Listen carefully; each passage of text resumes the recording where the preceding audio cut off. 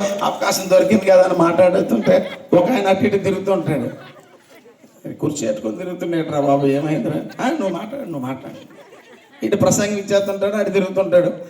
ఏమైంది చెప్పరా బాబు? నువ్వు మాట్లాడవయ్యా, నువ్వు మాట్లాడి మళ్ళీ మాట్లాడుతూ భయం వేస్తుంది. ఎక్కడ తిరుగుతుంటే కుర్చీ ఒక్కొక్కసారి పైకి ఎత్తున్నాడు. ఏమైంది చెప్పరా బాబు అంటే అసలు నేను తీసుకొచ్చి లంబడి కొట్టుకోవడం ఆడు దొరికేసేద్దాం. సో ఇలాగా ఒక్కొక్క దగ్గర పరిస్థితులు అలా ఉంటాయి. తర్వాత ముఖ్యంగా మనం చెప్పుకోవాల్సింది ఏంటంటే గవర్నమెంట్ స్కూల్ని కాపాడుకోవడం కోసం ఈరోజు ఎంతమంది మహనీయుల్ని, పేరెంట్స్ని చాలామందిని ఇక్కడ తీసుకొచ్చారు. నిజంగా అవసరం అండి. ఎందుకంటే ఒక ఎగ్జాంపుల్, మొట్టమొదట అనకాపల్లి మనకి ఎన్ని కిలోమీటర్ల ఇక్కడి నుంచి? 8. చిన్నప్పుడు నేను పక్క తిమ్మరాజుపేటలో మా పెద్దమ్మ ఉండేది. సైకిల్ మీద వచ్చేవాడు. వచ్చినప్పుడు ఈ రోడ్డు మీద ఒక సోడా షాప్ ఏదో ఉండేది, ఒకటే షాపు. అనకాపల్లి నుంచి వస్తున్నప్పుడు ఒకటే షాప్ ఉన్నప్పుడు అనకాపల్లి ఆ రోజు ₹10 అనుకోండి, ఇక్కడ ఎంతకు అమ్ముతాడండి?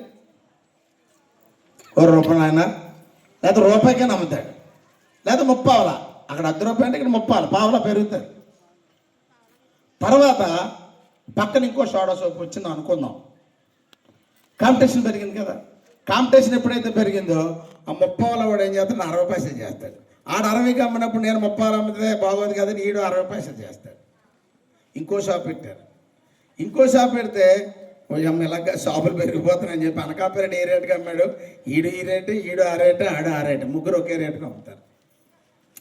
ఏంటి వ్యాపారం పోలేదని చెప్పి అందులో ఇద్దరు తీసేశారు. ఒకడు మిగిలాడు. తప్పమంటే ₹1 చేసేసాడు. ఎగ్జాంపుల్, గవర్నమెంట్ స్కూల్ ఉంది, ప్రైవేట్ స్కూల్ కాన్వెంట్ స్వర్గం పెట్టారు. ఆ మోజుతో కొంతమంది జాయిన్ అయ్యారు. జాయిన్ అవ్వగానే వాడు ఏం చేశాడు? లిమిటెడ్గా కొంత ఫీజు పెట్టాడు. ఇంకా మనకి మోజు పెరిగింది. ఎందుకంటే బస్సు పంపిస్తారు, చక్కగా ఒక క్యారేజ్ పట్టుకెళ్తారు, ఆడికి ఒక టై టక్కో వ్యవహారం అంతా ఉంటుంది. ఈ పట్టుకెళ్ళి ఫ్యాషన్లో పాపం మనుషులం కదా, చిన్న బలహీనత ఉంటుంది. మన పిల్లడు కూడా చక్కగా బస్సులో వెళ్ళాలా, బస్సులో రావాలా, మనం కూడా క్యారేజ్ పట్టుకెళ్ళి జంక్షన్లో ఎక్కించాలా. ఇవి చూసి ఈ గవర్నమెంట్ స్కూల్ నుంచి పిల్లలు తగ్గి దాంట్లోకి పెరుగుతున్నారు. ఎప్పుడైతే పెరిగాడో వాడు ఏం చేశాడంటే 20% ఫీజులు పెంచాడు.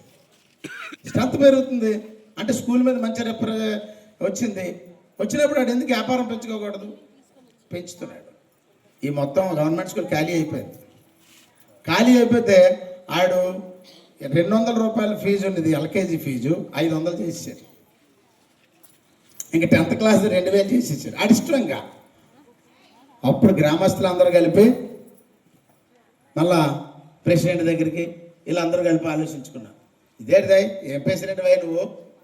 స్కూల్ తీసాడు. మాస్టర్ సంవత్సరానికి ఒకటి పోతున్నాడు. స్ట్రెంత్ ఎప్పుడైతే తగ్గిందో మాస్టర్ గారిని తీసేయండి, రెండోవాడిని తీసేయండి, మూడోవాడిని తీసేయండి. ఇలా 4 సంవత్సరాలు వేసరికి మొత్తం 0 అయిపోయింది స్కూల్. టీచర్స్ని వేరే చోటుకి వేసేసారు. అప్పుడు ఎప్పుడైతే 2000, 3000 చేసేసాడో ఈ పేరెంట్స్ కోపం వచ్చి, మనకి ఎవరు దొరుకుతారు? పొలిటీషియన్స్ లేకపోతే అక్కడ ఉన్న నాయకులు దొరుకుతారు కదా, వాళ్ళ మీదకి వెళ్ళిపోయారు. నువ్వేం చేస్తున్నావు? నువ్వు స్కూల్ తీసేసి మాస్టర్లు అందరూ పంపించేస్తే నువ్వు ఏడు చేస్తున్నావు.